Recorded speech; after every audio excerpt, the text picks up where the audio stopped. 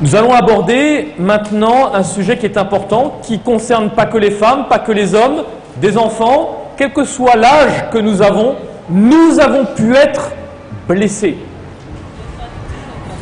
Est-ce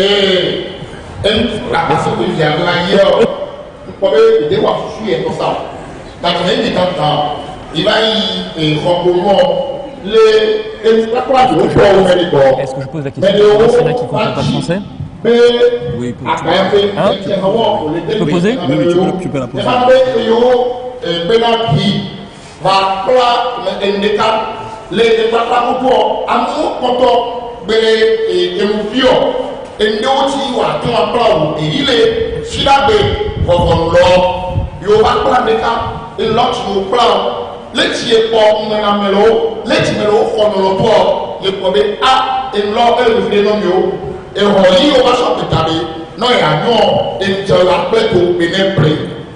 Merci. Est-ce qu'il y a des personnes ici qui ne comprennent pas le français? Oui, il y en a. Ok, pas de souci. Ok, ça marche. Alors, le titre de cette présentation,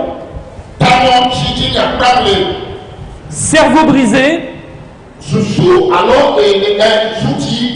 cœur brisé, et j'aime beaucoup ce sous-titre. La guérison commence par la sanctification du cœur.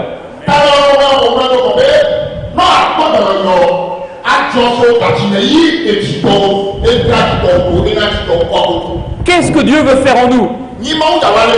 Jusqu'où Dieu peut aller pour faire cette transformation en nous? Est-ce que l'évangile est suffisamment puissant pour nous guérir totalement? Se peut-il qu'il y ait des événements dans notre vie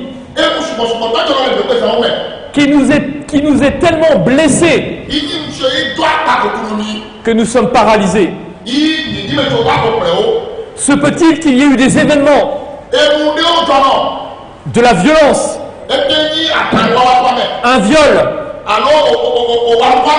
de la maltraitance, qui fasse que nous repensons toujours à cela? Nous regardons toujours en arrière. Est-ce que l'évangile est suffisamment puissant pour nous guérir? Cette citation, alors, et nous pouvons nous retrouver dans une situation où, eh bien, nous pouvons nous victimiser. Et toute notre vie, nous trouvons des excuses. C'est parce que j'ai été victime de ça que forcément je ne peux agir que comme j'agis. Mais je peux éprouver de la culpabilité et de la honte. Et ce que je trouve terrible, c'est que lorsqu'on parle de viol, la personne qui culpabilise le plus, c'est la personne qui est violée.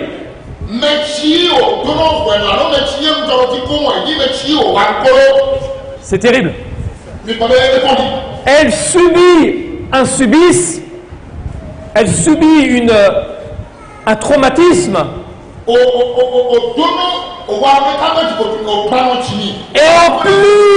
Et en plus, elle culpabilise. Mais elle peut être remplie de chagrin. Ne pas arriver à pardonner. D'être paralysée. De toujours juger et condamner. De tomber dans le désespoir.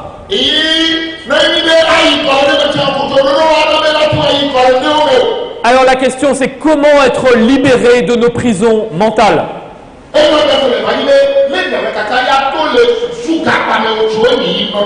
La Bible nous dit très clairement que nous sommes au milieu d'un champ de bataille.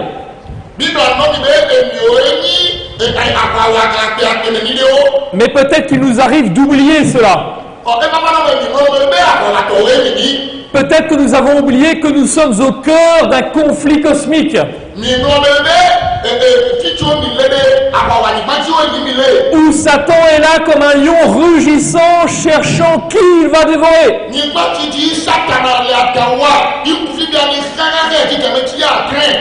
Alors nous sommes en guerre. Nous sommes en guerre. Et la guerre est réelle. Alors l'armée américaine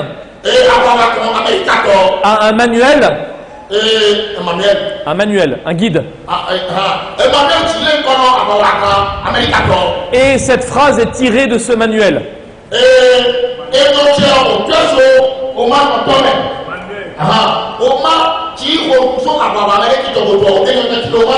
Et nous lisons: le but militaire ultime de la guerre est la destruction de la capacité et de la volonté de combattre de l'ennemi.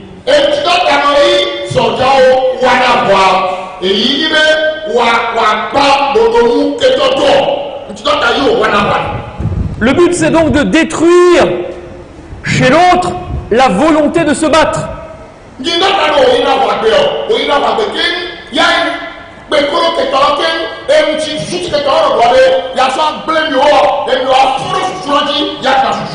Et Jean dans Apocalypse nous dit, Apocalypse 12:12, le diable est descendu. Il est descendu vers vous et moi. Parce que, eh bien, il sait qu'il n'a que peu de temps. Et la Bible nous dit qu'il est donc en grande colère. Et son but, c'est de détruire en nous la capacité de nous battre. Parce que s'il y arrive, eh bien nous sommes complètement paralysés et neutralisés. Alors, la Bible nous dit également dans Jean 10:10 que le diable est venu dérober, égorger et détruire. Il ne sait faire que ça.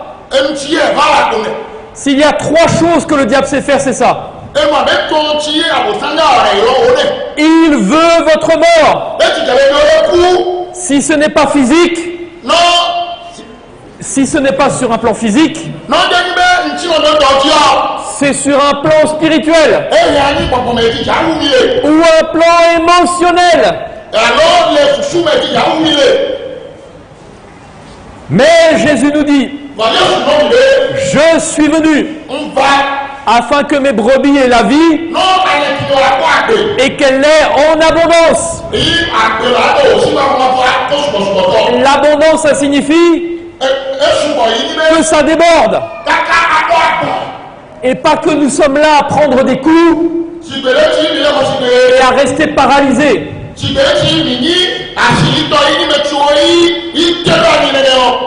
Cette citation d'une auteure chrétienne déclare: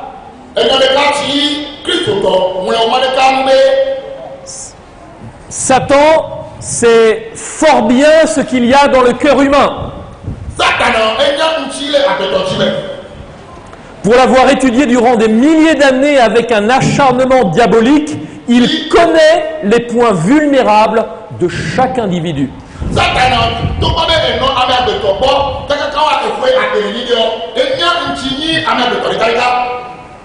Donc Dieu connaît toutes nos faiblesses. Et il sait, Dieu, que nous avons besoin d'être rétablis dans tous ces domaines.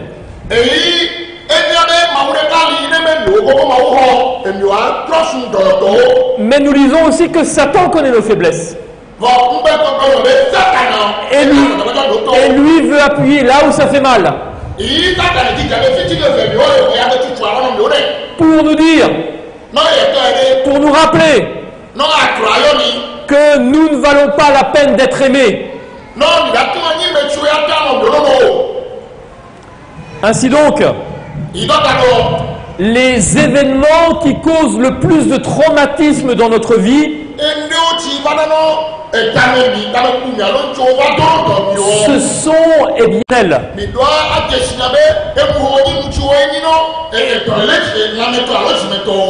Et surtout lorsque celles-ci remontent à l'enfance. Le but de Satan, c'est donc d'agir au plus tôt dans notre vie.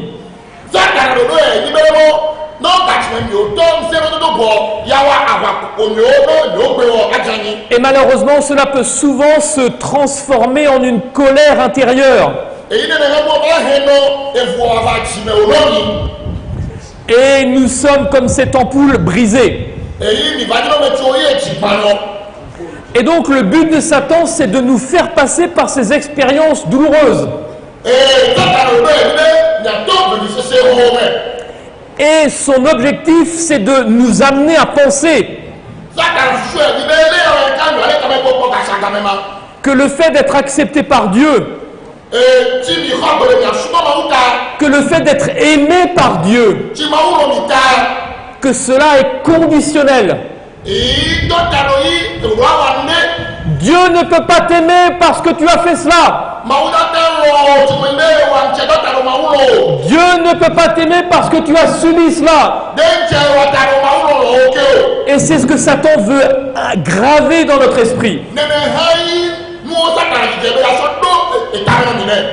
C'est-à-dire que pour mériter Dieu ou l'amour de Dieu,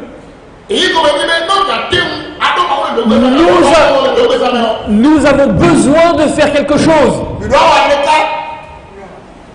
Mais la Bible nous dit que le plan du salut a été mis en place avant la fondation du monde. Donc,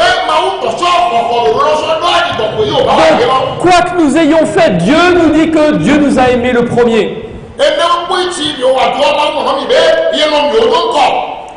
Et le but de Satan également, c'est de nous amener à penser que lorsque nous péchons, Dieu ne veut plus de nous. Ou quoi que vous fassiez, vous ne serez jamais assez bien. Pourquoi? Parce que l'image que nous avons de nous-mêmes a été déformée par un événement ou plusieurs événements dans notre vie qui nous empêchent de comprendre vraiment qui est Dieu et que nous n'avons pas de valeur. Et donc Satan va travailler sur ce qu'on appelle l'estime de soi.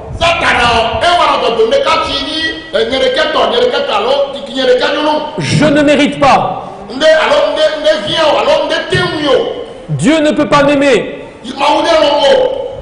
Donc, comme nous avons vu, c'est là où Satan marque des points. Parce que son objectif, eh bien, c'est de nous paralyser pour toujours. Comme nous l'avons vu, c'est une bataille à mort. Une bataille où nous ne sommes pas en train de jouer. Parce que le but de Satan, eh bien, c'est d'arriver à ce qu'il ait le plus de pions, entre guillemets, entre ses mains.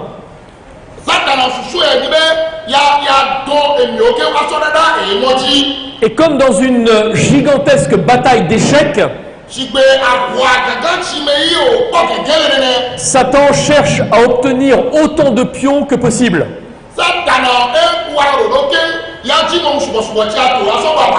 Alors même qu'il sait qu'il a perdu. Il sait qu'il a perdu, mais il ne veut pas tomber tout seul. Et pour Satan, vous n'êtes qu'un pion.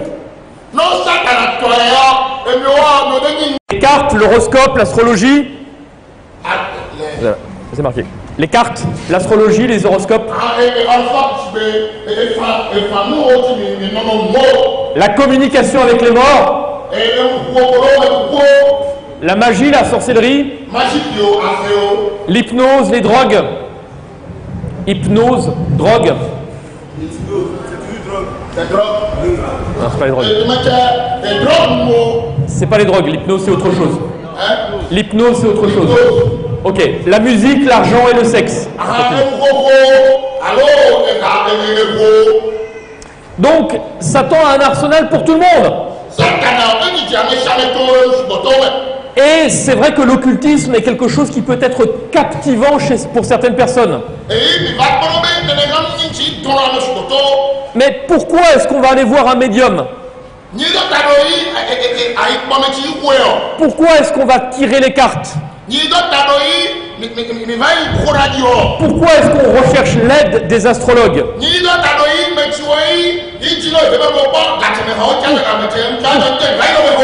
Pourquoi est-ce qu'on interroge le pendule ou la baguette?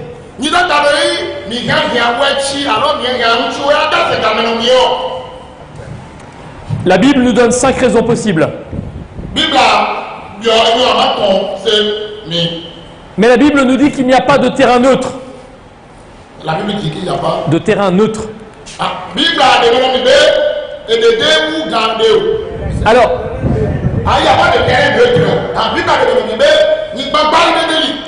on peut le faire par recherche du bonheur. On pense que c'est le bonheur que l'on va avoir.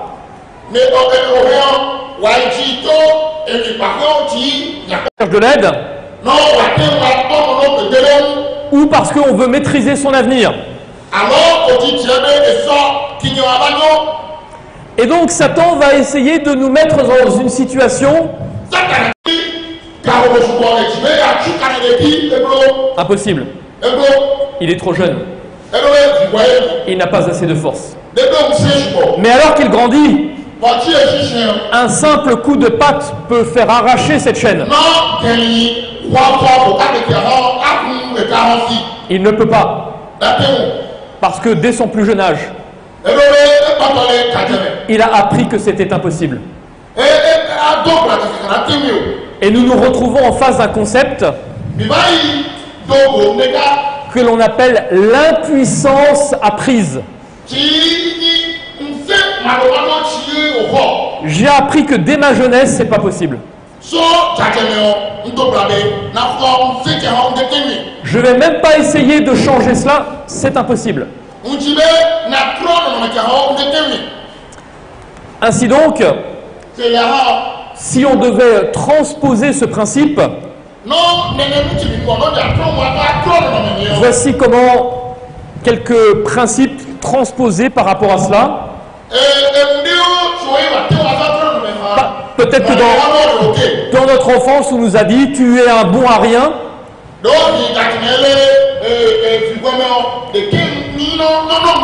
Peut-être que depuis notre enfance, on nous a dit tu n'y arriveras pas. Peut-être que dans notre enfance, nous n'avons jamais eu d'encouragement. Peut-être que nous n'avons jamais été valorisés. Peut-être que même nous répétons ce schéma génération après génération.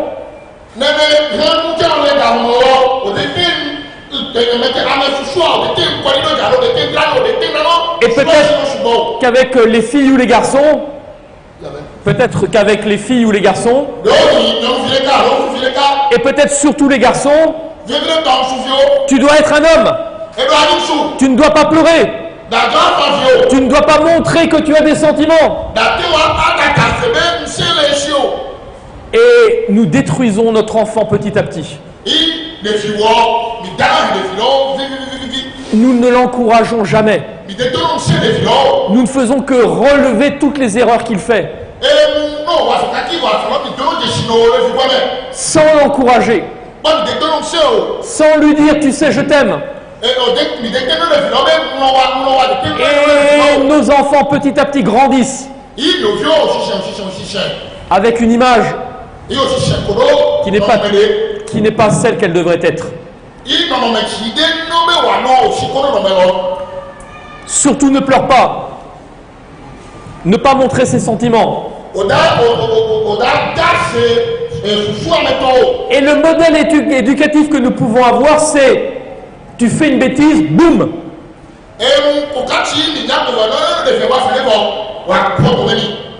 Imaginez maintenant, parce qu'en tant que père, nous représentons, nous avons, je dirais, le modèle à transmettre de Dieu en tant que père. Imaginez maintenant un instant, tu fais une erreur, tu pêches, et Dieu vient vers toi. Boum! Qu'est-ce que vous diriez? Waouh! Est-ce que vous aimeriez ce Dieu? Vous le craindriez plutôt que de l'aimer?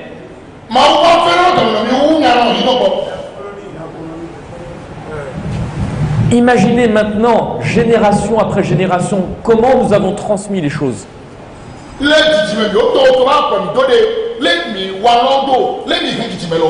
Parce que peut-être que nous faisons ça avec nos enfants, mais peut-être aussi avec notre épouse. Le repas n'est pas prêt, boum!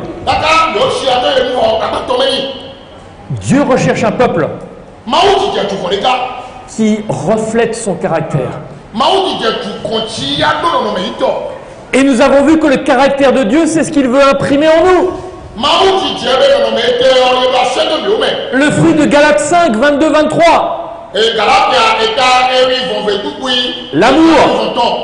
L'amour. Mais l'amour que Dieu a, ce n'est pas un amour basique. Dans la Bible, en grec, l'amour de Dieu, c'est l'amour agapé. C'est un amour inconditionnel. Je t'aime non pas parce que tu fais, mais je t'aime pour qui tu es. Et nous voyons que, malheureusement, c'est une recherche qui a été faite en Suisse sur une dame, une fille qui a été abusée par son père. Et de cet inceste est né un enfant, une fille. De cet inceste est née une fille.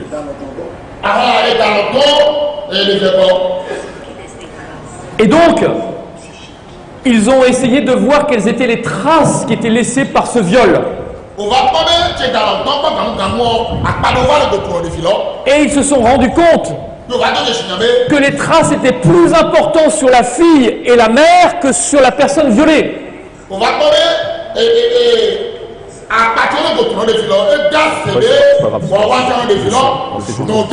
Laisse des traces.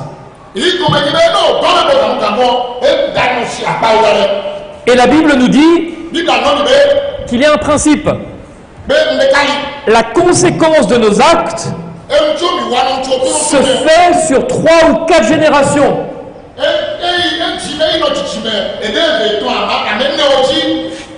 Mais Dieu est bon. Parce que Dieu bénit non pas sur 3 ou 4 générations. Dieu bénit sur 1000 générations. Donc, les conséquences de nos actes vont se faire sur 3 ou 4 générations. À moins de stopper cela. Et c'est ce qu'on va voir dans un instant. C'est ce qu'on va voir dans un instant. Si tu touches à l'occultisme, les conséquences de cela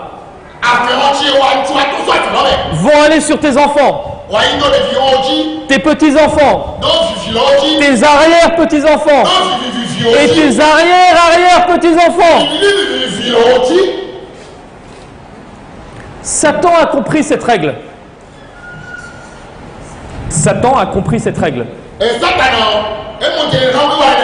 Et donc ce qu'il veut, c'est qu'une personne impacte sur 3 ou 4 générations et ainsi que le monde soit sous influence.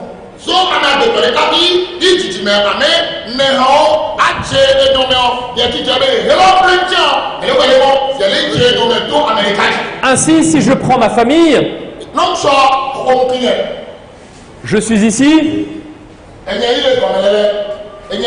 avec un père et une mère, grand-père et grand-mère, arrière-grand-père et arrière-grand-mère. Donc le principe de la Bible, c'est de dire que 3 générations au-dessus de moi, ça fait 14 personnes. Mais que 4 générations, ça fait 46 personnes. Si quelqu'un dans ces 46 personnes a touché à l'occultisme, je peux en subir les conséquences.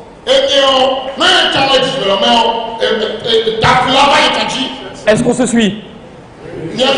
Oui, est-ce que c'est clair? Amen, ok. Donc, notre responsabilité est énorme.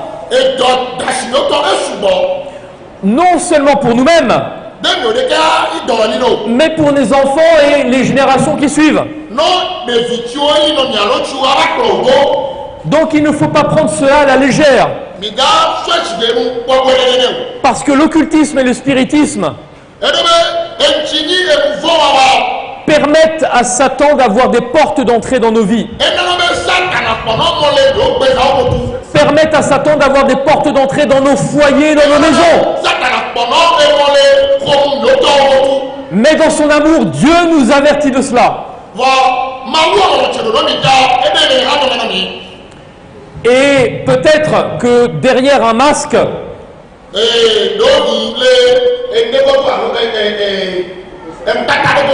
nous avons vu que Satan est voleur, mais peut-être que Satan a utilisé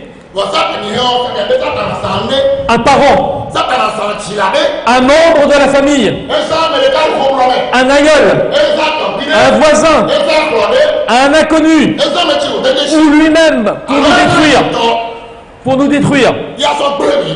Mais les conséquences vont impacter tout le corps entier et vont nous amener à avoir des comportements inadaptés. Alors en Europe, on voit ça beaucoup, ce qu'on appelle le perfectionnisme.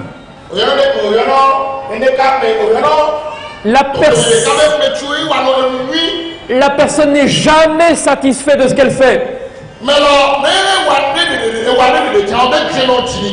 Elle doit toujours faire mieux. Elle n'a pas droit à l'erreur. Elle ne doit jamais épuiser, jamais échouer, pardon. Et elle s'épuise jour après jour.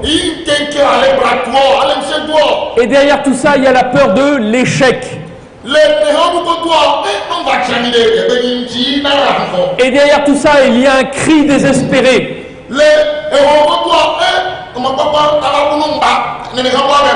Et ce cri, c'est « Acceptez-moi ». Ça peut être l'activisme. Toujours être actif, toujours faire des choses. Une marque, il faut faire, il faut faire, il faut faire. Et on le fait pour prouver qu'on a de la valeur. On fait pour montrer aux autres que nous avons de la valeur. Afin d'avoir de la reconnaissance. Ça peut être l'égocentrisme. On cherche à attirer l'attention des autres. Parce que nous ne sommes pas sûrs de la valeur que nous avons. Et nous avons besoin d'être rassurés. Nous avons besoin que les autres confirment que nous avons de la valeur. Nous cherchons à occuper toute la place pour attirer l'attention.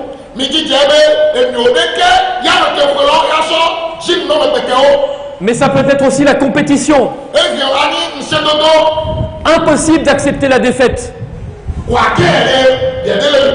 Impossible d'accepter d'être seulement deuxième. Et nous pouvons transmettre cela à nos enfants. Tu n'es pas le premier. Tu es nul. Au lieu de le valoriser, au lieu de l'encourager et de dire mon enfant, je sais que tu peux mieux faire, mais je vais t'aider.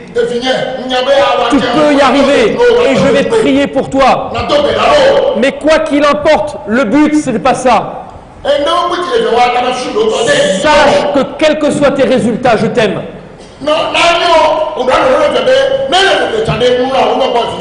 Et donc le but, c'est d'écraser l'autre. Parce que lorsque je le critique, je gonfle mon estime de moi.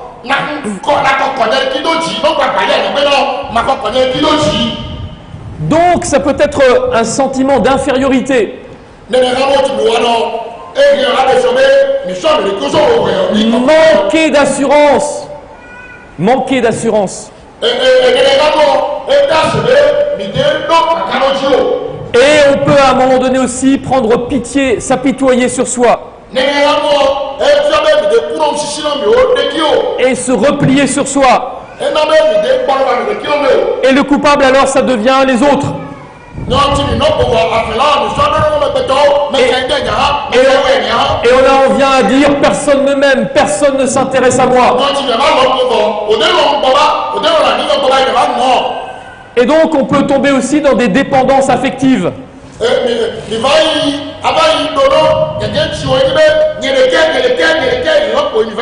Et combler un vide en soi. Ça peut être par l'alcool, la nourriture, la cigarette, la pornographie. Il y a un vide. Il y a un vide. Et je dois le combler par cela. Et donc tout cela après devient une béquille.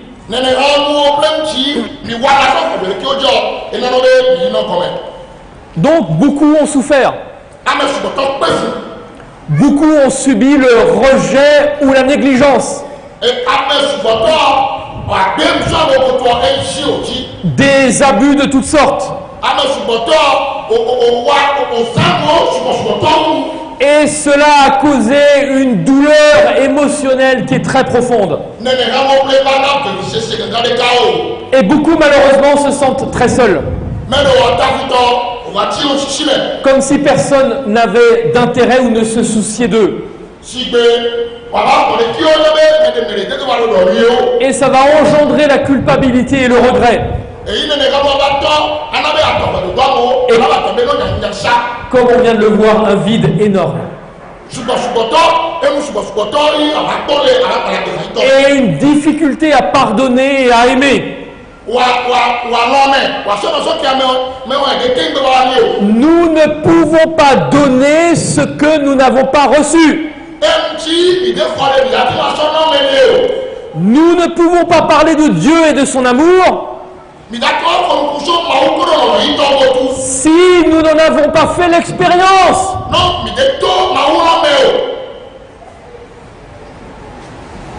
Je peux vous parler de plein de choses en théorie.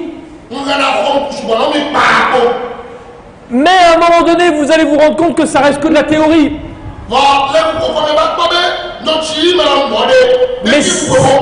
Mais si je vous parle de quelque chose dont j'ai fait l'expérience, vous allez tout de suite voir la différence.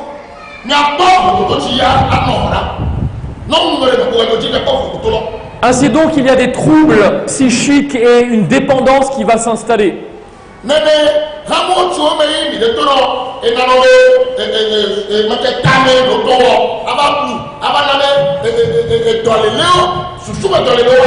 La dépression, l'envie de suicide,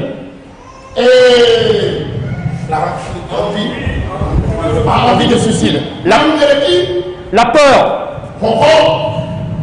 l'irritabilité, cette irritabilité, la violence.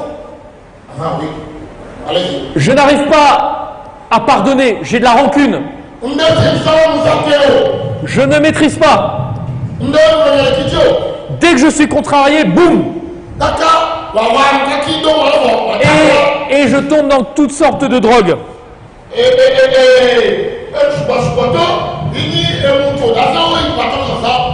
Mais il est important de comprendre que Satan agit de l'extérieur, mais également de l'intérieur.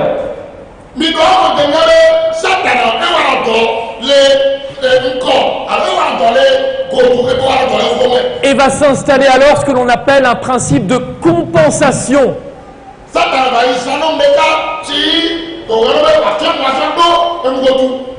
Je suis vide en moi.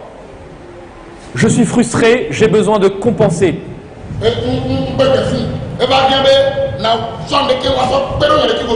Alors maintenant, imaginez, alors on n'est pas à la période la plus chaude, hein, ici bien sûr, mais imaginez il fait 40 degrés. J'aimerais un volontaire, est-ce que tu peux venir? C'est un volontaire désigné. Donc, attends, il fait 40 degrés, mon frère a très très soif. Et je vais lui dire, tu as soif, tiens. Retrouve de l'eau pour que une boisson pour que tu puisses étancher ta soif.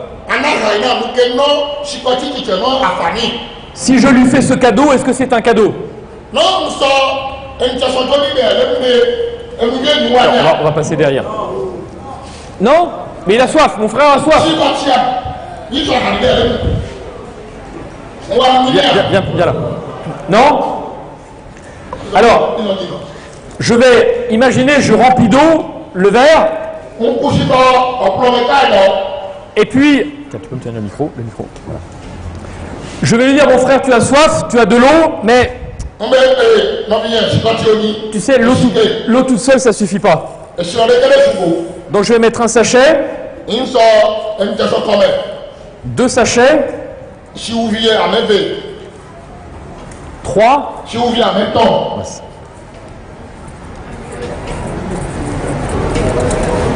encore un peu quand même. Allez, on augmente un peu parce que je sais qu'il a très très soif.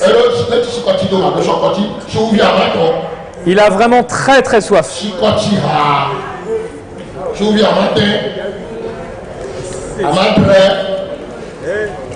Il a encore très soif. Alors, c'est le sucre ou bien quoi? C'est du sucre. C'est du sucre. Hein. J'ai 13 morceaux de sucre là-dedans. Alors maintenant, je vais poser une question à mon frère. Est-ce que tu peux boire cette boisson? Comment? Non. Et pourquoi? Ça va te déranger. On a fait cette expérience la dernière fois à Pobé et quelqu'un a dit, mais tu vas me tuer. Mais je vais le tuer, mais dans un demi-litre, dans cette bouteille, il y a 13 sucres.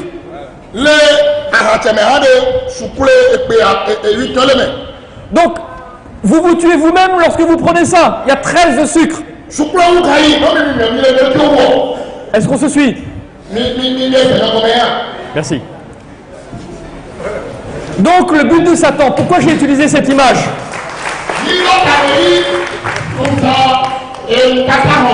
C'est de faire que notre corps se remplisse de cela. Parce que la science nous dit que la drogue la plus puissante au monde, encore plus que la cocaïne, c'est le sucre. Donc, si je bois ça tous les jours, on va le voir avec notre sœur, je vais développer un diabète. Et mon cerveau est complètement incapable de réfléchir. Et Satan est content.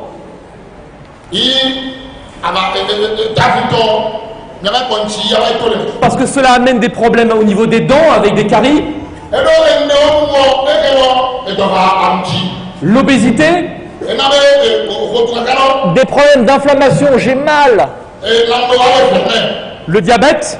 Je vais commencer à perdre la vue, voire développer le cancer. Et donc l'impact des sodas, des boissons sucrées sur le corps est énorme.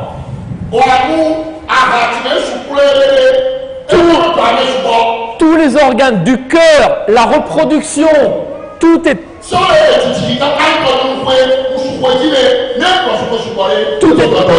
impacté. Alors, lorsqu'on voit ces boissons, on ne réfléchit pas forcément à la quantité de sucre qu'il y a dedans. Donc le coca, vous voyez, il y a 13 sucres pour une bouteille. Et après, ça dépend des pays. Regardez cet article scientifique.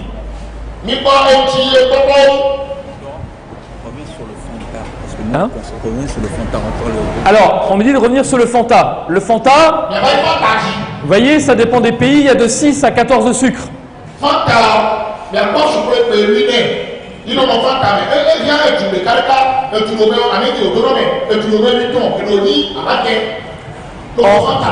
Il y a dans les années 70, 1970, un journaliste allemand qui a écrit, je crois, 3 livres. Et le premier s'appelait La cuisine du diable. Et il imagine un discours entre 3 personnes et le diable et ses démons.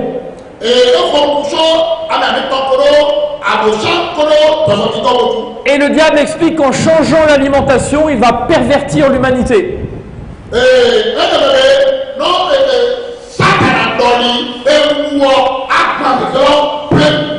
Je peux vous dire qu'en buvant ça tous les jours, si vous arrivez à avoir une maîtrise de vous-même, ça relève du miracle.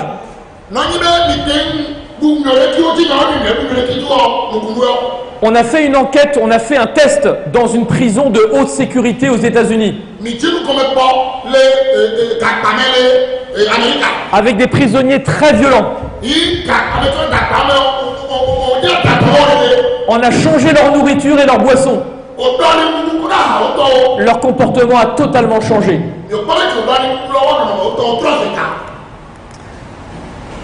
Ok, notre santé mentale dépend de notre alimentation. Les conséquences sont à tous les niveaux et provoquent toutes sortes de maladies. Les professionnels de santé nous disent que 80% des maladies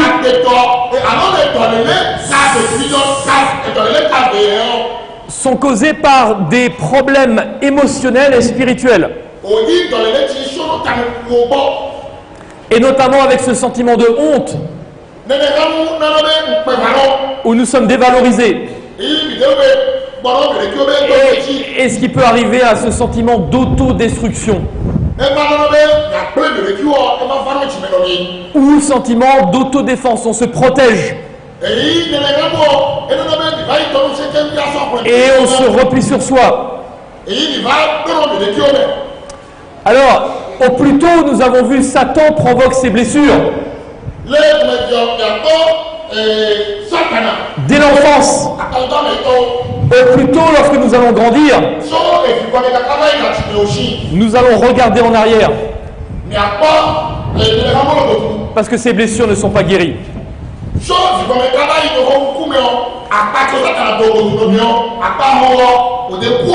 Nous allons nous sentir indignes.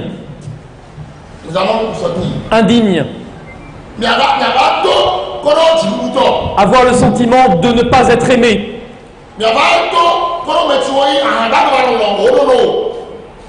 Alors, regardez bien cette vidéo qui a été filmée dans une prison aux États-Unis, et on va poser plusieurs questions aux prisonniers.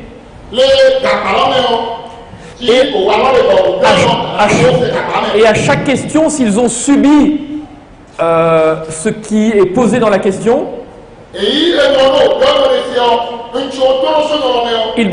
doivent faire un pas. Ok, je reprends. Durant les 18 premières années de votre vie, si un parent ou un adulte au foyer vous a souvent ou très souvent jeté des gros mots, des insultes, vous a rabaissé ou vous a humilié, faites un pas dans le cercle.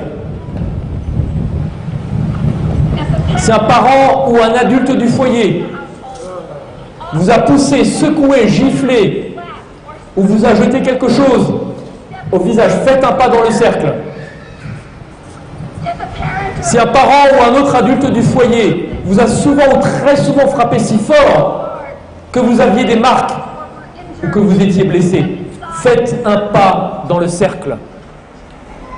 Si vous avez souvent l'impression que personne dans votre famille vous aime, faites un pas dans le cercle. Faites un pas dans le cercle. Faites un pas dans le cercle.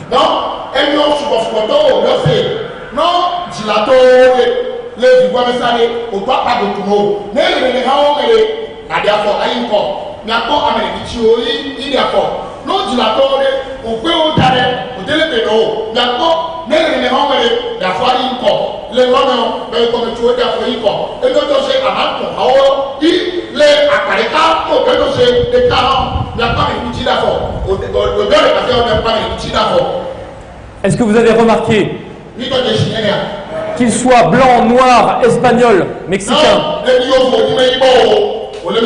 tous ont subi la même chose.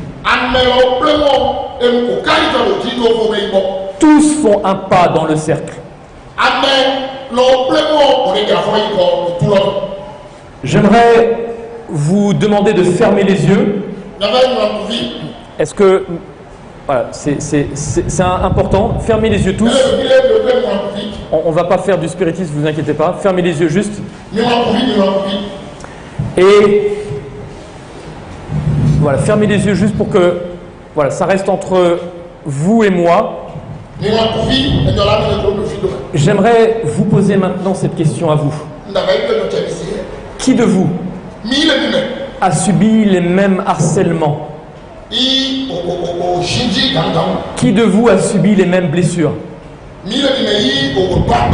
Qui de vous a été frappé, humilié, n'a jamais été valorisé? Je vous ai demandé de fermer les yeux parce que j'aimerais maintenant vous demander de lever la main pour que ça reste entre vous et moi. Merci pour le courage extraordinaire. Je remercie le Seigneur pour ce que vous êtes en train de faire. Mes sœurs, mes frères, merci. Certains n'ont peut-être pas osé lever la main, mais ce n'est pas grave. Vous aussi, vous auriez pu, vous pouvez ouvrir les yeux, merci. Vous aussi, vous auriez pu certainement vous avancer, faire. Je ne vous connais pas. Je ne vous connais pas. Je ne sais pas ce que vous avez subi. Mais je sais une chose, c'est que le Dieu que nous servons, lui vous connaît. Connaît tout ce que vous avez subi. Et ce Dieu-là, eh bien, va vous restaurer totalement. Les plaies ouvertes de notre passé doivent être définitivement désinfecté, nettoyé et refermé. Parce que sinon, extérieurement, on a l'impression que la guérison est là. Mais à l'intérieur, ça fait mal.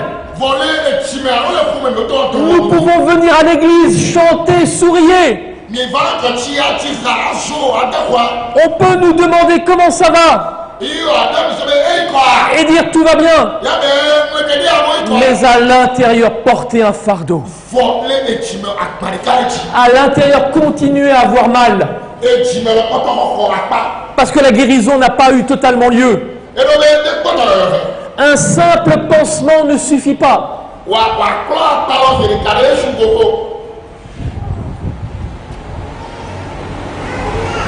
Si j'écoute Dieu, je donne à Dieu le pouvoir sur ma personne. Mais il est vrai que si je continue à entretenir cela, si j'écoute Satan qui me murmure, tu n'as pas de valeur. Je continue à donner à Satan le pouvoir dans ma vie.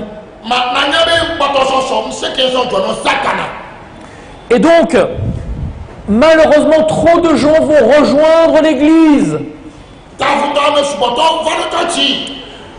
Et espérant qu'en allant à l'église, il va se passer un miracle.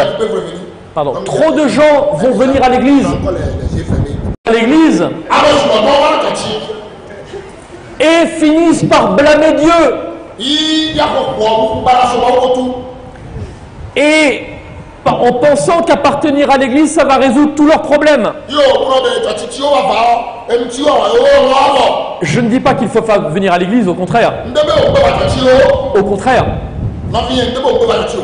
Et nous croyons que si nous pouvons vraiment surmonter tous nos problèmes, nos péchés et nos échecs, nous pensons que nous aurons alors la paix. Mais la vérité, c'est que si nous avons la paix par la reconnaissance de l'amour inconditionnel de Dieu, Dieu triomphera de tout cela. Nous avons besoin d'expérimenter ce que Dieu veut faire pleinement dans notre vie. Parce qu'on a vu l'exemple de cet éléphant qui tout petit essaye d'arracher cette chaîne, mais n'y arrive pas. Et lorsqu'il est adulte, c'est impossible. Et nous pouvons transposer cela en tant que chrétiens. Parce que je peux croire en Dieu et ne pas vraiment le connaître. Il n'est pas. C'est là-haut. Vas-y. Je peux croire en Dieu et avoir honte de mon passé. Je peux croire en Dieu et ne pas avoir l'assurance qu'il m'aime vraiment. Je peux croire en Dieu mais ne pas croire dans la puissance, dans la prière. Croire en Dieu et ne pas croire qu'il est juste.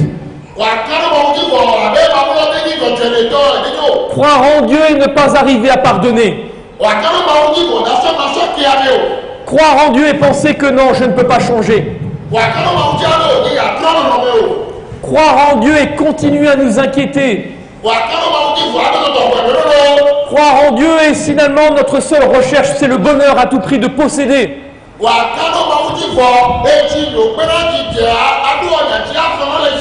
Croire en Dieu et penser que finalement c'est l'argent qui va tout résoudre.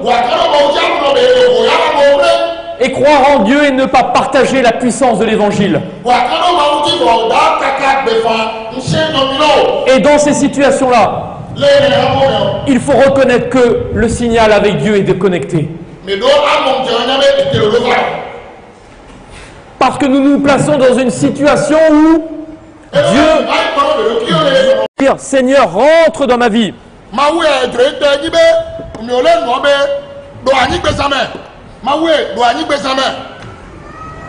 Ok.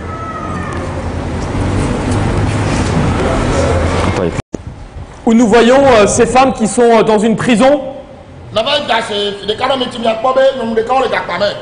Et à un moment donné, cette femme qui se trouve dans le coin à droite va les interpeller, va leur dire: Hey!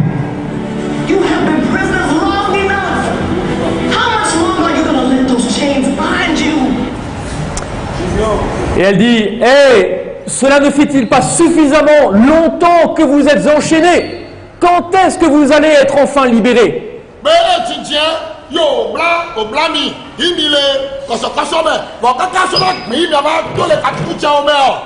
Parce que pour se libérer de nos prisons mentales, il y a plusieurs principes. Le premier principe, c'est que nous ne pouvons pas changer tant que nous ne sommes pas prêts.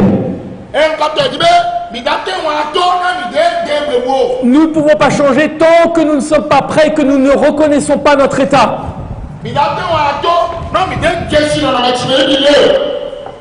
Et donc ce changement, ça consiste à rompre avec ses habitudes.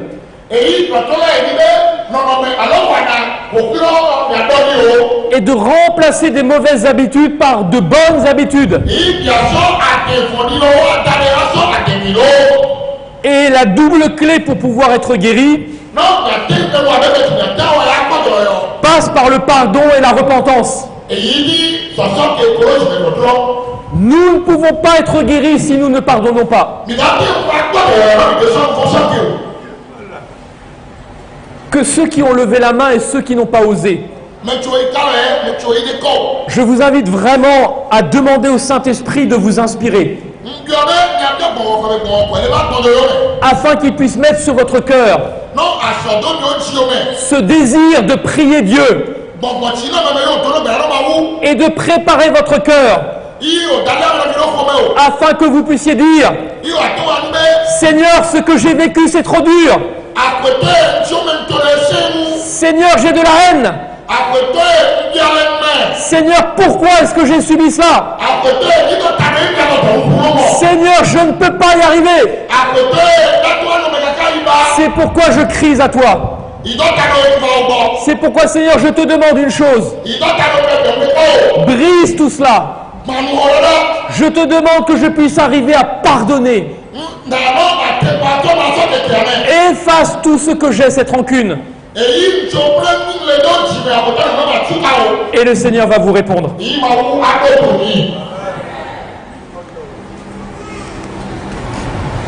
J'avance rapidement.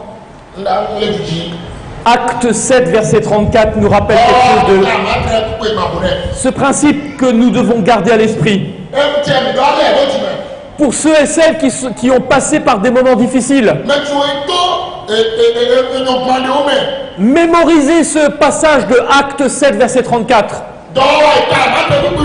Le Seigneur s'adresse à vous en cet instant. J'ai vu la souffrance de mon enfant. J'ai entendu tes cris. Et je suis descendu pour te délivrer. Amen. Et nous avons plusieurs versets qui nous rappellent tout cela. Dieu entendit leur gémissement. Dieu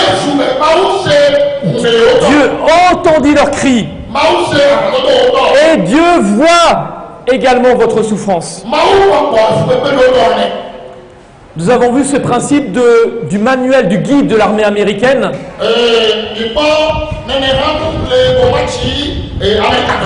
Là où Satan veut nous amener, c'est de détruire notre capacité de vouloir nous battre.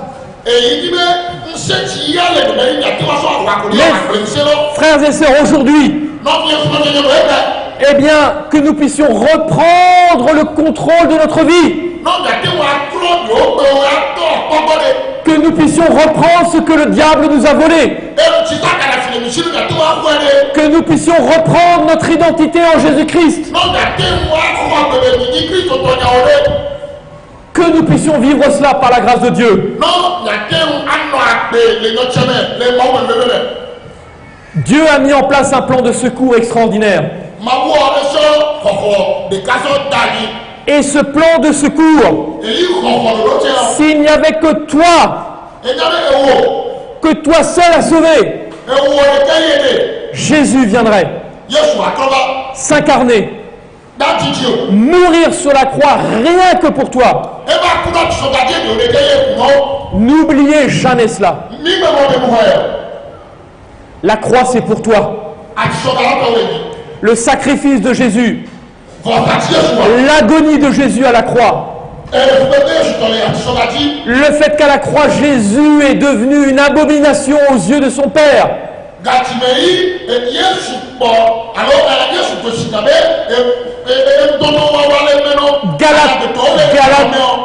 Galates chapitre 3 verset 13 nous dit: malheur est celui qui est pendu au bois. Jésus a été pendu au bois. Et par cela, il est devenu immolé dès avant la fondation du monde.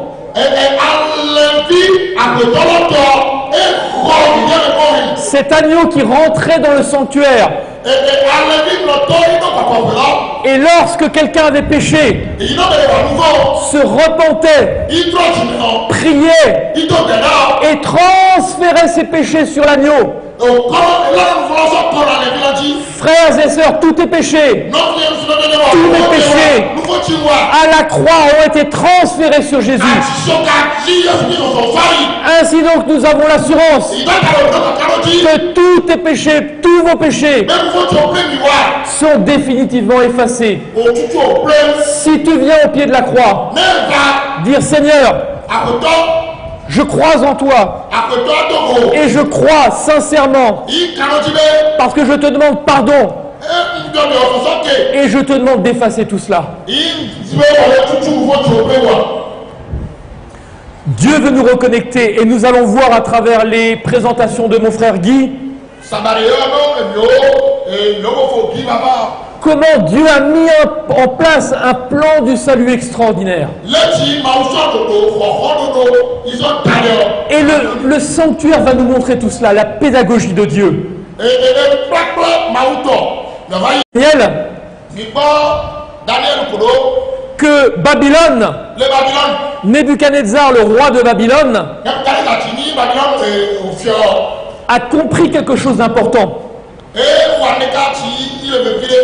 Lorsqu'il allait faire des conquêtes, il prenait des jeunes qui faisaient partie de l'élite. Et il a compris trois choses. Il fallait changer leur identité. Ainsi, ce n'est plus Daniel et ses compagnons. Ainsi, ce n'est plus Daniel et ses compagnons.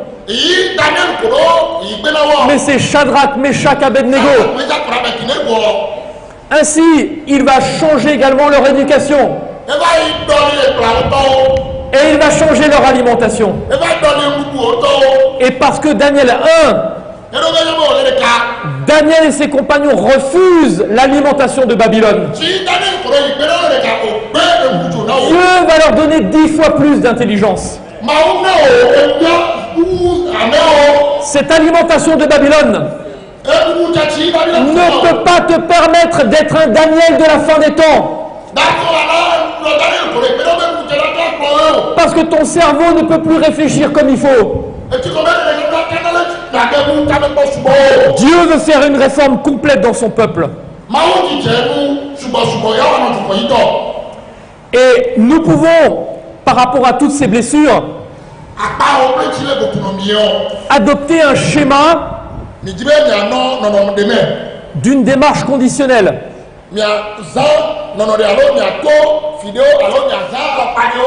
Le repas est prêt? Le repas est prêt? Pas encore. Et donc, quand j'ai un vide en moi, un vide en moi, un vide, j'ai besoin de combler ce vide. On a vu, il y a des substances, il y a des comportements. Mais maintenant, lorsque je vais me marier, je vais choisir une épouse pour qu'elle puisse combler, remplir ce vide. Est-ce qu'on se suit? Est-ce qu'on se suit? Mais l'épouse est vide aussi. Elle a besoin que ce vide soit rempli. Alors, le problème, c'est qu'on se retrouve avec deux parallèles. L'autre doit combler le vide en moi, et je dois combler le vide en elle. Alors, ça marche lorsqu'on se fréquente. C'est toujours merveilleux. Ah, on est tout feu, tout flamme. On fait retour pour sa bien-aimée. Mais au bout d'un an, mais au bout de 1 an, 2 ans, ou en règle générale c'est 3 ans, les choses changent. Il y a ce que l'on appelle la routine. La routine, on répète les choses sans être motivé, sans conviction.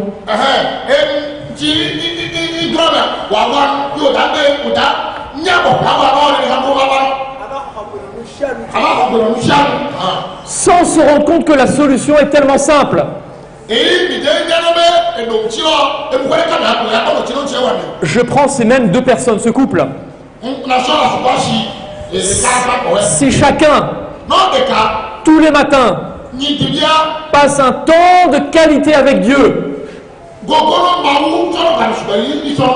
Dieu me remplit de son amour. L'autre fait la même chose et est rempli de l'amour de Dieu. Je ne suis plus dans l'attente. Je n'attends plus rien de l'autre. Parce que Dieu m'a déjà rempli. Et je peux enfin vivre la loi du ciel. Et la loi du ciel, c'est quoi? Il y a plus de joie à donner qu'à recevoir. Transposez ça maintenant dans l'église. J'ai besoin de reconnaissance parce que c'est vide. Je vais venir à l'église pour recevoir ce qui me manque. Imaginez un pasteur qui doit répondre aux besoins d'une personne. Ça va, on peut gérer. Mais si les 100, 200, 300 personnes sont dans la même situation,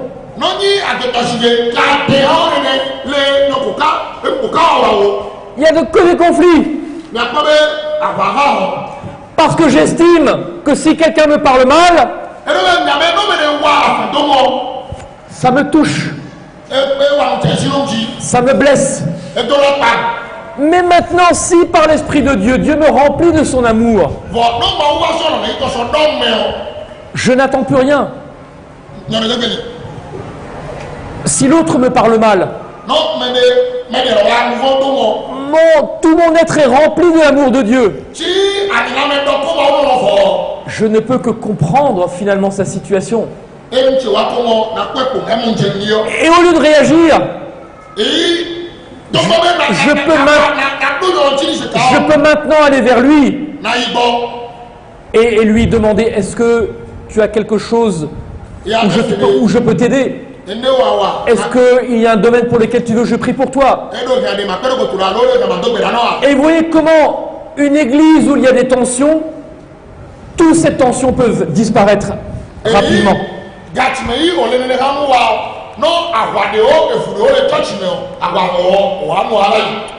Mais pour cela, nous avons besoin de comprendre que Dieu est notre Père.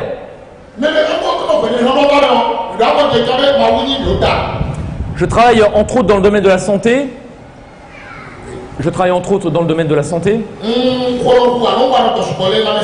Et de l'évangélisation. Et je vois beaucoup de personnes en Europe qui peuvent être chrétiennes et qui n'arrivent pas à appeler Dieu leur Père. L'image qu'elles ont eue de leur Père est terrible. Et oser appeler Dieu Papa, c'est pas possible.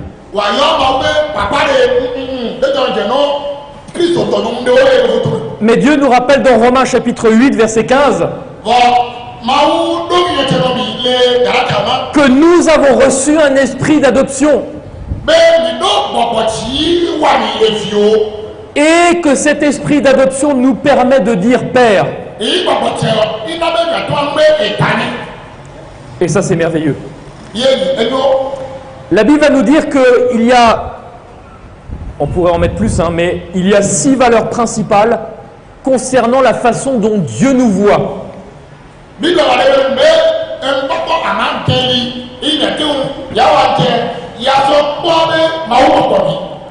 Dans Ésaïe chapitre 43 verset 4, Dieu nous dit que nous avons une valeur parce que nous sommes ses créatures. Et Dieu nous dit parce que tu as du prix, c'est pas l'autre, c'est toi. Tu as du prix à mes yeux. Parce que tu es honoré et que je t'aime. Donc cette valeur de créature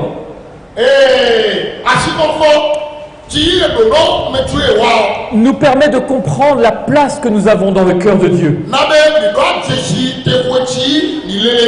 Nous permet de comprendre que même si nos parents ne nous ont pas voulu, et qu'il y a quelqu'un que j'ai commencé à suivre dernièrement, et dès qu'elle était dans le ventre de sa mère l'a rejetée.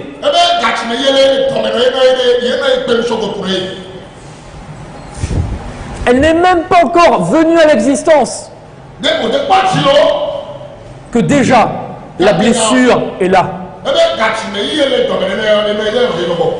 Prends conscience que si ton père ou ta mère ne t'a pas voulu, Dieu lui t'a voulu.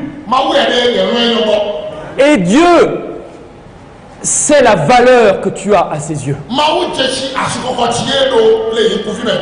Le deuxième concept, c'est la valeur de naissance. Comme nous pouvons le trouver dans les psaumes 139, 13 à 17.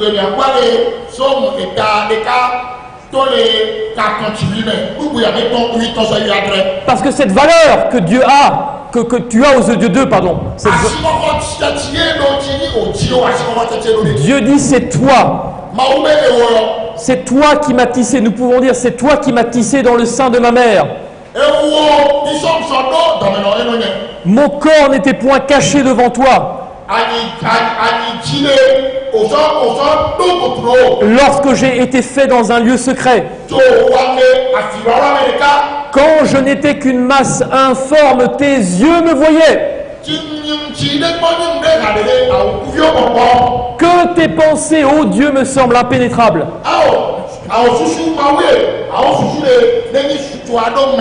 Que le nombre en est grand.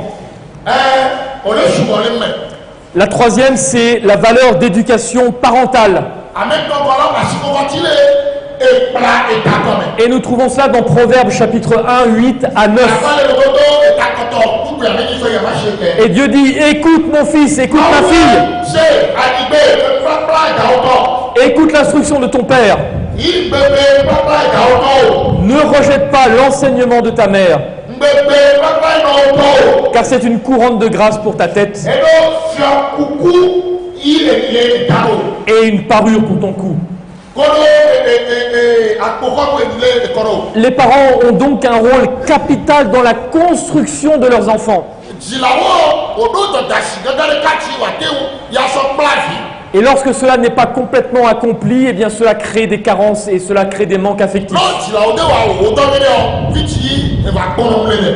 Mais l'Éternel déclare, quand mes parents, mon père et ma mère m'auraient abandonné,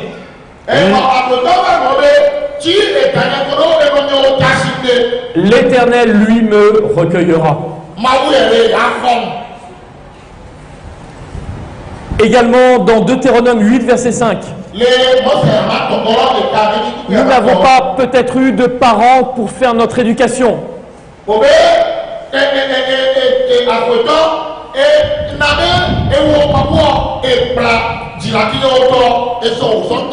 Et Deutéronome déclare, ainsi en y réfléchissant,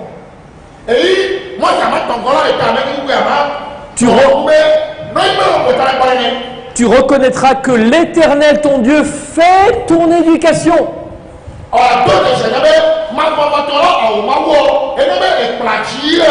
Comme un père éduque son enfant. Dieu ne nous laisse pas comme ça au milieu de nulle part. Quand bien même tu n'aurais pas eu d'éducation. Moi, le Seigneur, je peux faire cette éducation. J'ai un ami qui a grandi dans un bidonville à Porto Rico, c'est dans les Caraïbes. Il n'a pas eu d'éducation. Et il disait lui-même qu'il avait un quotient intellectuel de 0.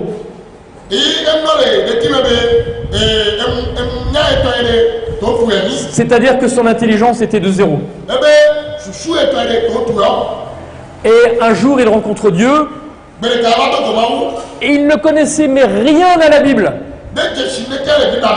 Mais c'est d'abord son frère qui s'est converti. Et il a vu le changement qui a eu lieu dans la vie de son frère. Et il a décidé d'étudier la Bible. Il a étudié. Il est devenu pasteur. Et Dieu a refait son éducation qui était de 0.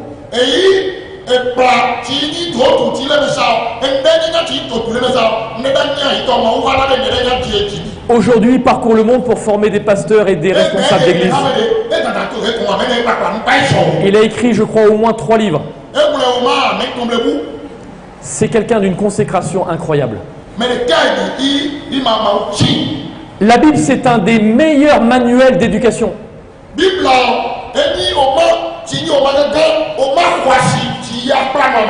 La 4e valeur, c'est la valeur de rachat.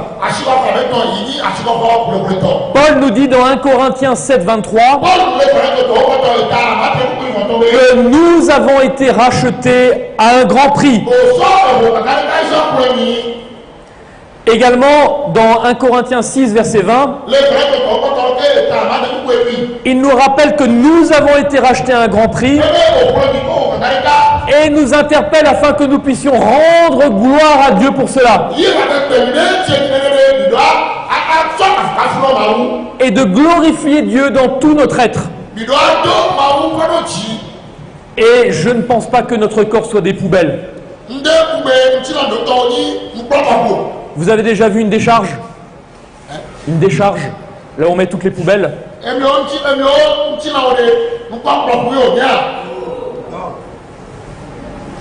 Notre corps n'est pas une poubelle. La 5e valeur, c'est l'éducation de notre Père. Et Dieu nous dit, mon fils, donne-moi ton cœur. Et que tes yeux se plaisent dans mes voies. La Bible, c'est notre mode d'emploi. Sans elle, il n'y a aucune reconstruction possible.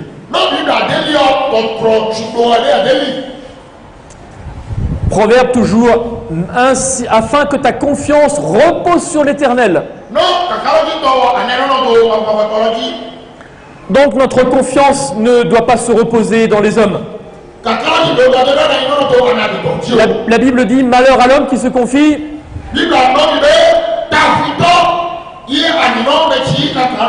dans l'homme.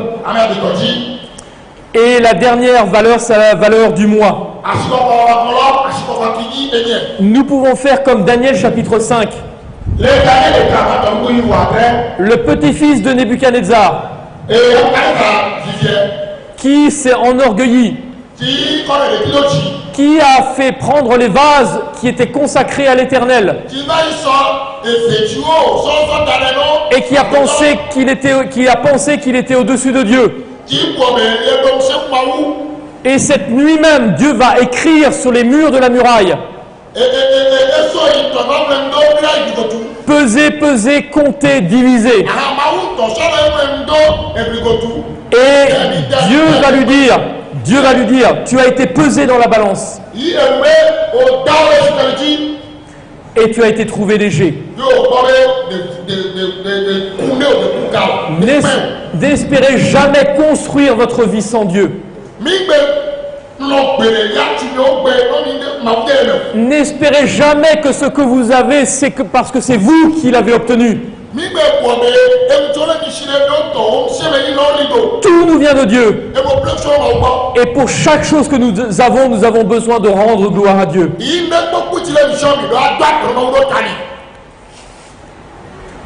Proverbe 16-18 nous dit que l'arrogance précède la ruine et l'orgueil précède la chute.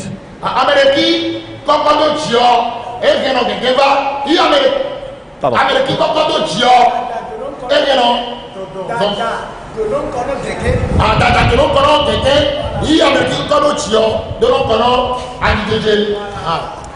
Et nous avons cet exemple extraordinaire de Jésus. Jésus qui déclare dans Matthieu 5, 44 et 45. Je vais le lire en entier. Jésus va dire: aimez vos ennemis, bénissez ceux qui vous maudissent, faites du bien à ceux qui vous haïssent et priez pour ceux qui vous maltraitent et qui vous persécutent, afin que vous soyez fils de votre Père qui est dans les cieux.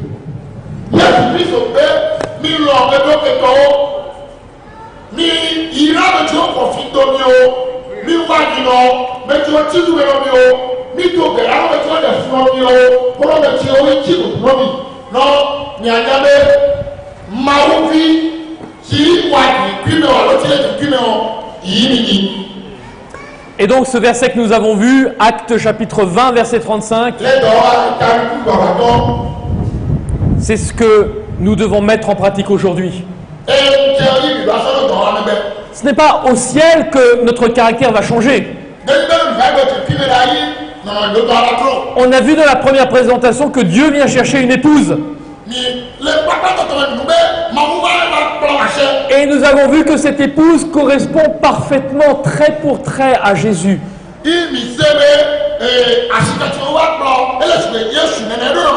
Elle reflète le caractère de Jésus. Et le caractère et la vie de Jésus, c'est cela. Il y a plus de joie à donner qu'à recevoir.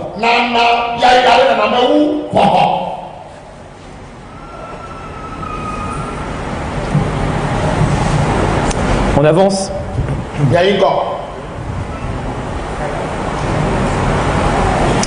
Plus intense est notre expérience de l'amour de Dieu à notre égard.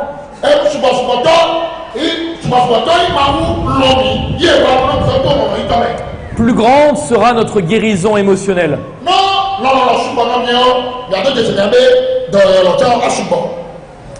Et c'est ça qui est extraordinaire. Satan veut briser nos vies. La guérison que Dieu va faire de nous des disciples où nous sommes conscients de nous où nous étions. Nous avons vu ce que Dieu a fait dans nos vies. Et pour rien au monde, nous allons retourner en arrière.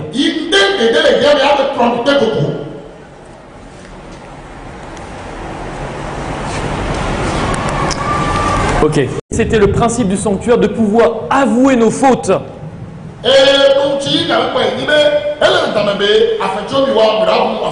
Comme le dit Job 13, 23, où Job interpelle Dieu et lui dit: fais-moi connaître mes transgressions et mes péchés. Le plus grand besoin de toute personne qui s'efforce de vaincre,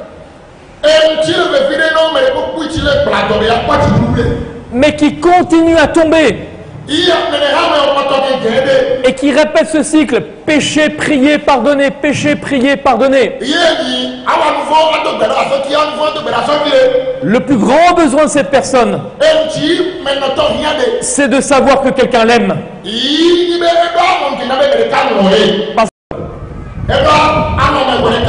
Mais celui à qui on pardonne beaucoup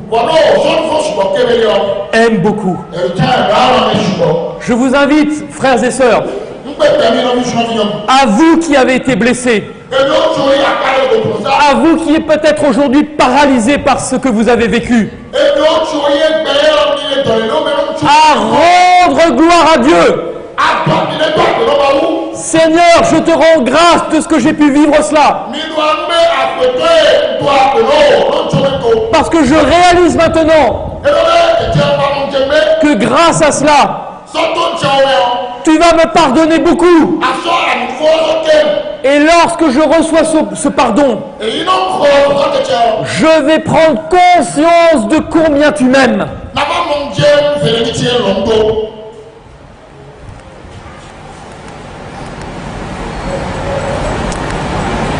Le cœur doit être vidé de toute souillure et purifié pour que le Saint-Esprit y demeure.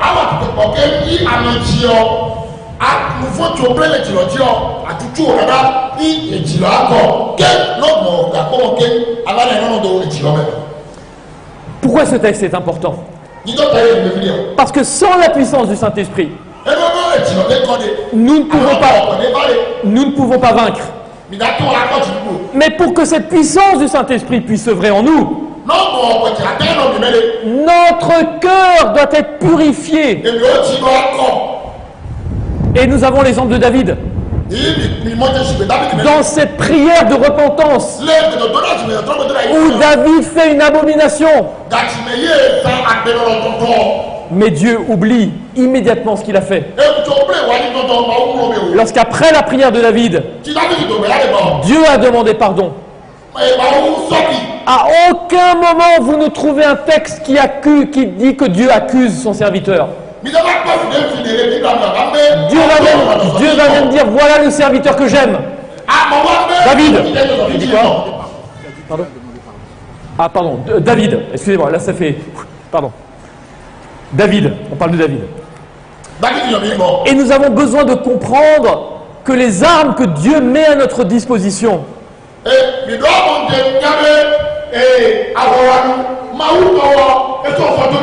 Paul nous dit qu'elles sont puissantes,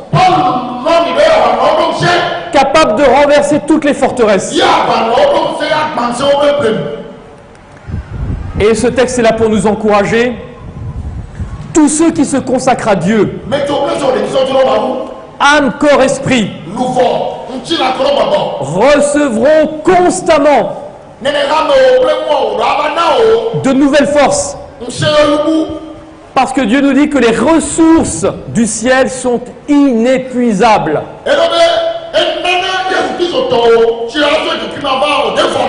Rappelez-vous l'expérience d'Élie et cette veuve.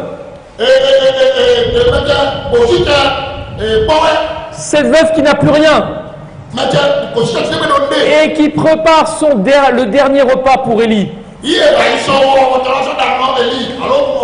Et Dieu veut nous dire, par ce miracle de l'huile qui sans cesse coule,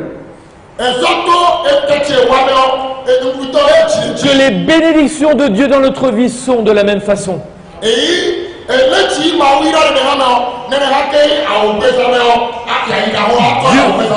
Dieu veut faire de notre faiblesse une puissance. La puissance de Dieu pour le salut de quiconque croit. Et donc le royaume de Dieu, ça ne consiste pas en paroles, mais en puissance. C'est pour ça que la prédication de la croix, Dieu appelle cela une folie.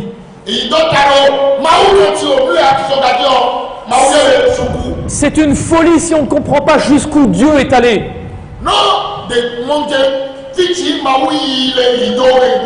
Mais lorsque maintenant on comprend jusqu'où Dieu est allé, combien Dieu nous aime, ça devient une puissance de Dieu.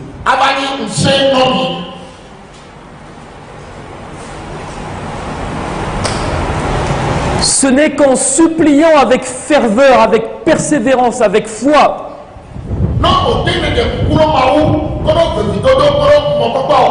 que les hommes peuvent obtenir le secours du Saint-Esprit pour lutter.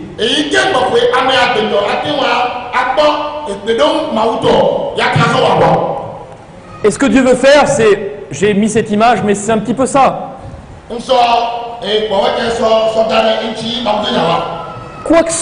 Quel que soit ce que l'ennemi veut faire dans notre vie, quelles que soient les puissances que l'ennemi veut utiliser, Paul nous dit, je puis tout par Christ qui me fortifie.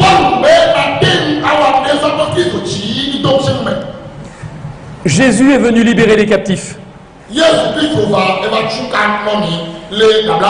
Jésus est venu libérer ceux qui étaient en prison. Et donc je vais juste terminer par un élément très important. C'est que nous allons passer à la pratique juste quelques minutes pour terminer.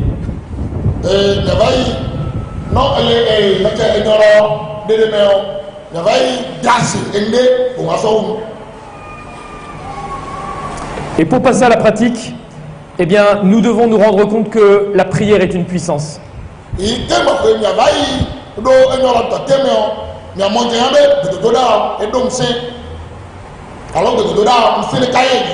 Parce que nous ne pouvons pas nous préparer à la guerre sans cette puissance. On arrive bientôt à la fin de la distribution. Juste en introduction, et Jésus va utiliser un modèle de prière avec le Notre Père.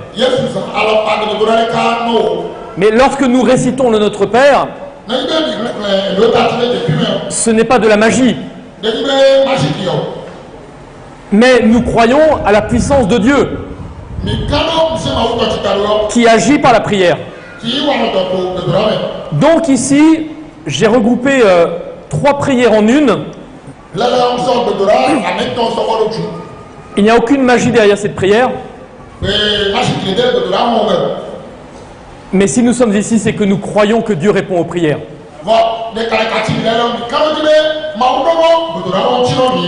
Et j'ai déjà expérimenté de manière concrète de quelle façon cette prière est puissante dans la vie de ceux dont la vie a été brisée.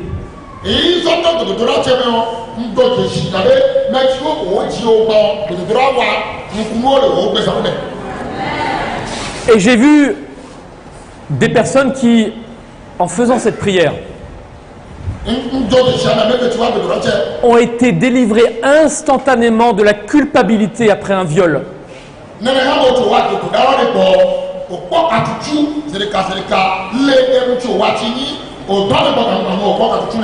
J'ai vu des personnes qui, grâce à cette prière, mais surtout grâce à la puissance de Dieu,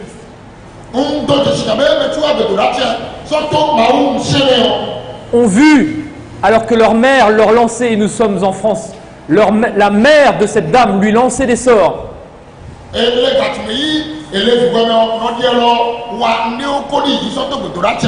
par cette prière, cela s'est arrêté instantanément.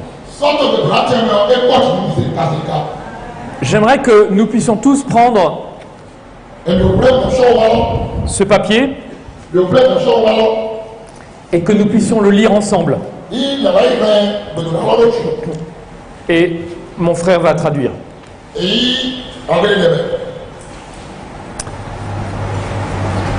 J'aimerais que vous pouvez rester assis, mais j'aimerais vraiment que nous puissions faire cette prière avec l'état d'esprit de la prière. Que chaque parole puisse s'imprégner en nous et que nous puissions vraiment vivre ce que nous allons lire.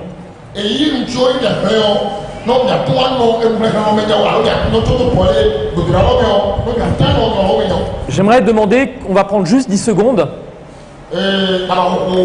que chacun prie dans son cœur et demande au Seigneur de prendre possession de ce cœur par rapport à cette prière. On va prendre quelques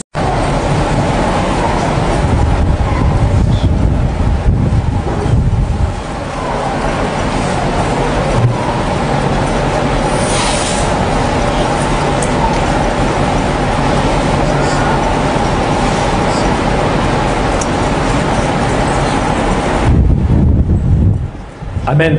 Amen. Si, alors c'est peut-être difficile pour certains qui ne maîtrisent pas le français, mais pour ceux qui peuvent, si on peut le lire ensemble.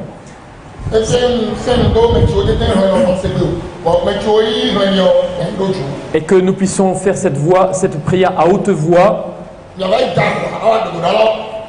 Et peut-être pour ceux qui ne comprennent pas le français, répéter. Je vais essayer de faire des phrases courtes, répéter après mon frère.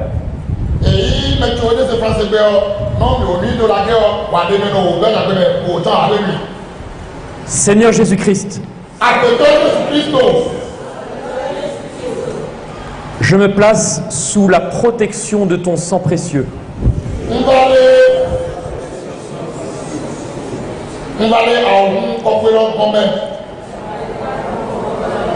Et sous ta protection divine.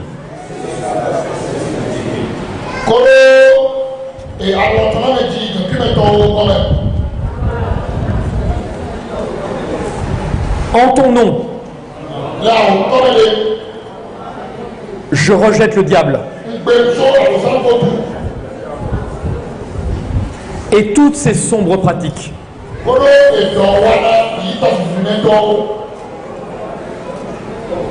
Tous ces démons et ces pouvoirs maléfiques.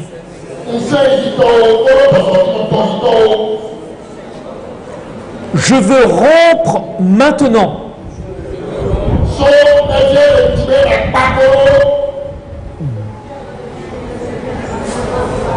définitivement avec les puissances sombres et démoniaques.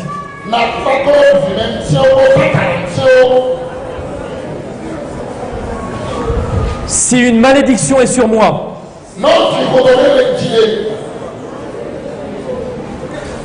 parce que quelqu'un m'a jeté un sort,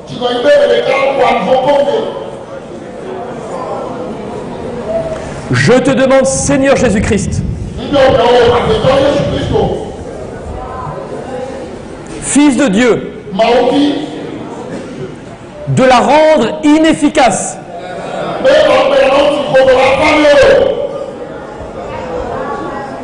et de retirer à Satan tout droit dans ma vie.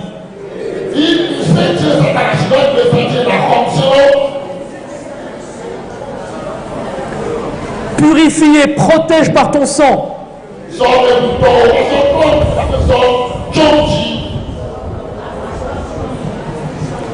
toute la maison et chaque pièce où je vis.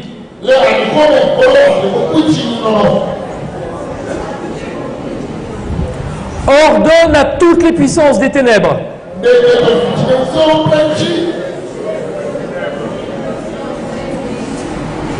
de quitter ces lieux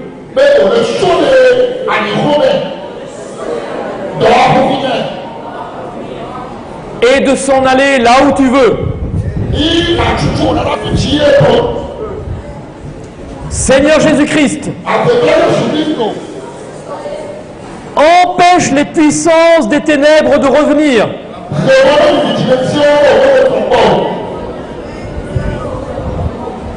Remplis ma maison de ta présence et sois-en le seul maître et seigneur.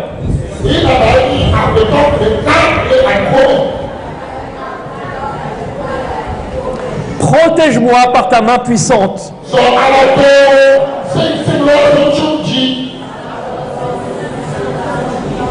De tous côtés, le jour et la nuit.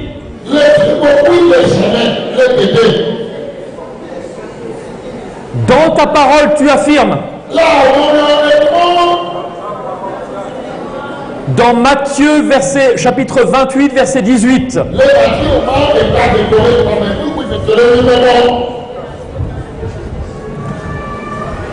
Tout pouvoir m'a été donné dans le ciel et sur la terre.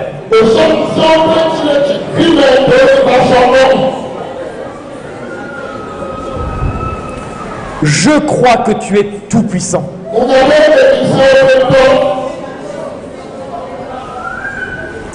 Et que tu possèdes tout pouvoir sur le diable.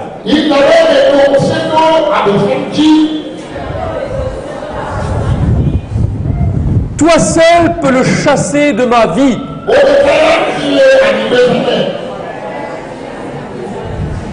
et lui en interdire l'accès.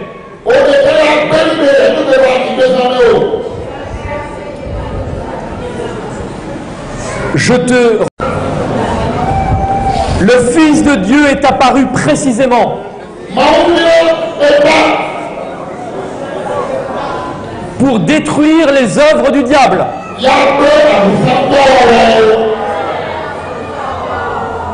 Seigneur Jésus, j'ai confiance en toi. Et je crois que tu peux faire cela en moi.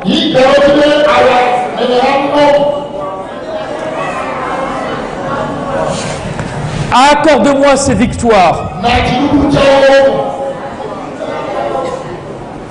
Je te remercie par la foi d'avoir détruit maintenant les œuvres du diable dans ma vie.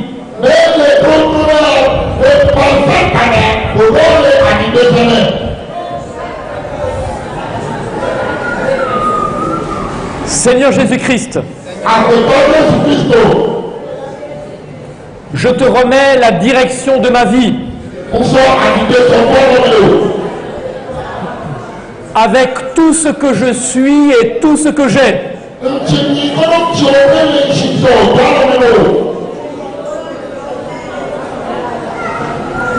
Je souhaite être ton enfant pour toujours.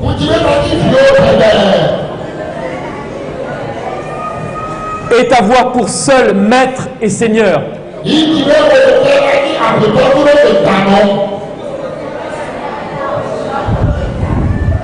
Merci de toujours m'accompagner.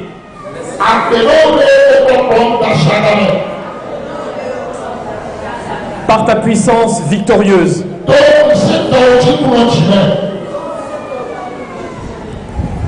Seigneur Jésus-Christ, je reconnais devant toi que je suis pécheur.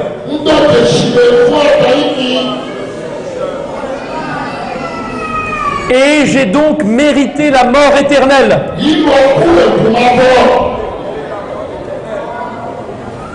Dans ton grand amour,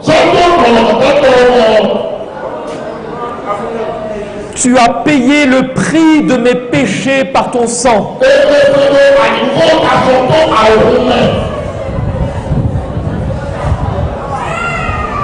Tu es passé par la mort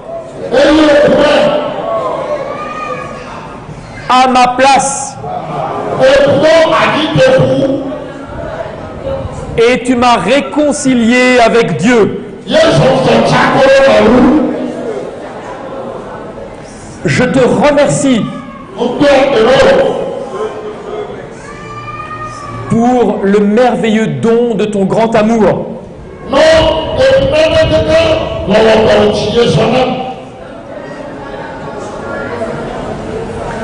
Seigneur Jésus, jusqu'à ce jour,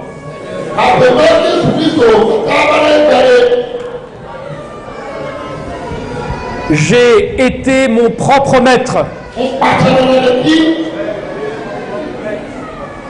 Mais à partir de maintenant, c'est toi qui seras le maître de ma vie.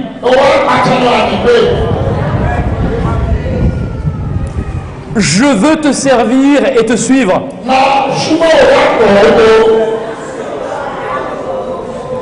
Je te confie ma pensée, ma volonté, mes sentiments, mon corps, mes facultés, mon temps, mon argent,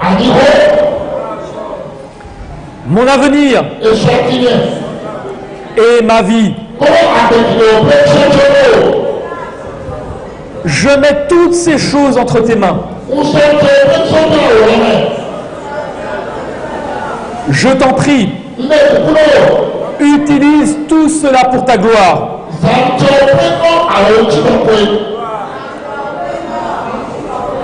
mais également pour le bien de mes semblables.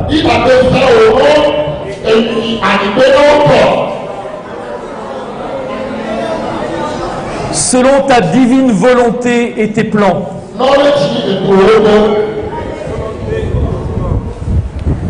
Tu as dit dans ta parole, préoccupez-vous d'abord du royaume de Dieu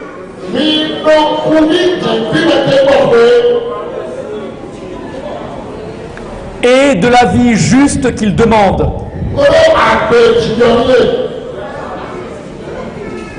Et Dieu vous accordera aussi tout le reste.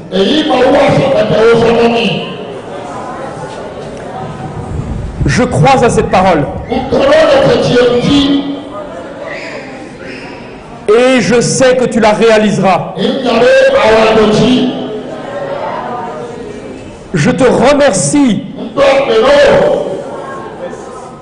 d'avoir respecté ta promesse dans ma vie.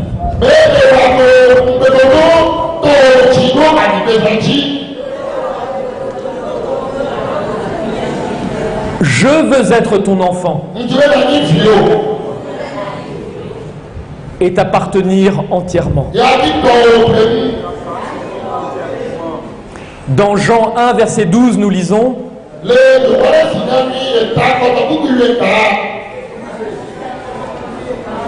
cependant, quelques-uns l'ont reçu et ont cru.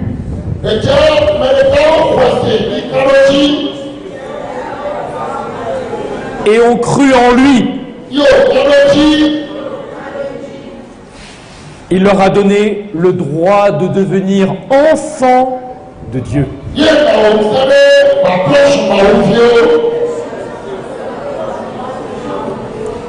Je crois qu'en me réclamant de cette promesse,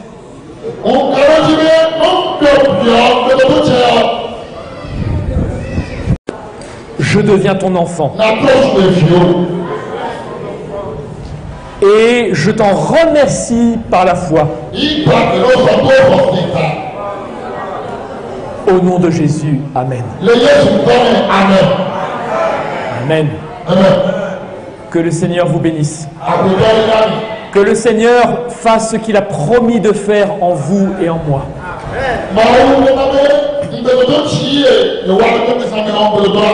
Que cet esprit d'adoption pour lequel nous venons de prier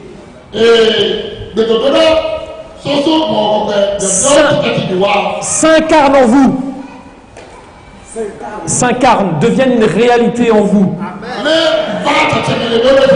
Et c'est lui qui le fera. Et il a déjà commencé aujourd'hui. Que le Seigneur vous bénisse. Amen.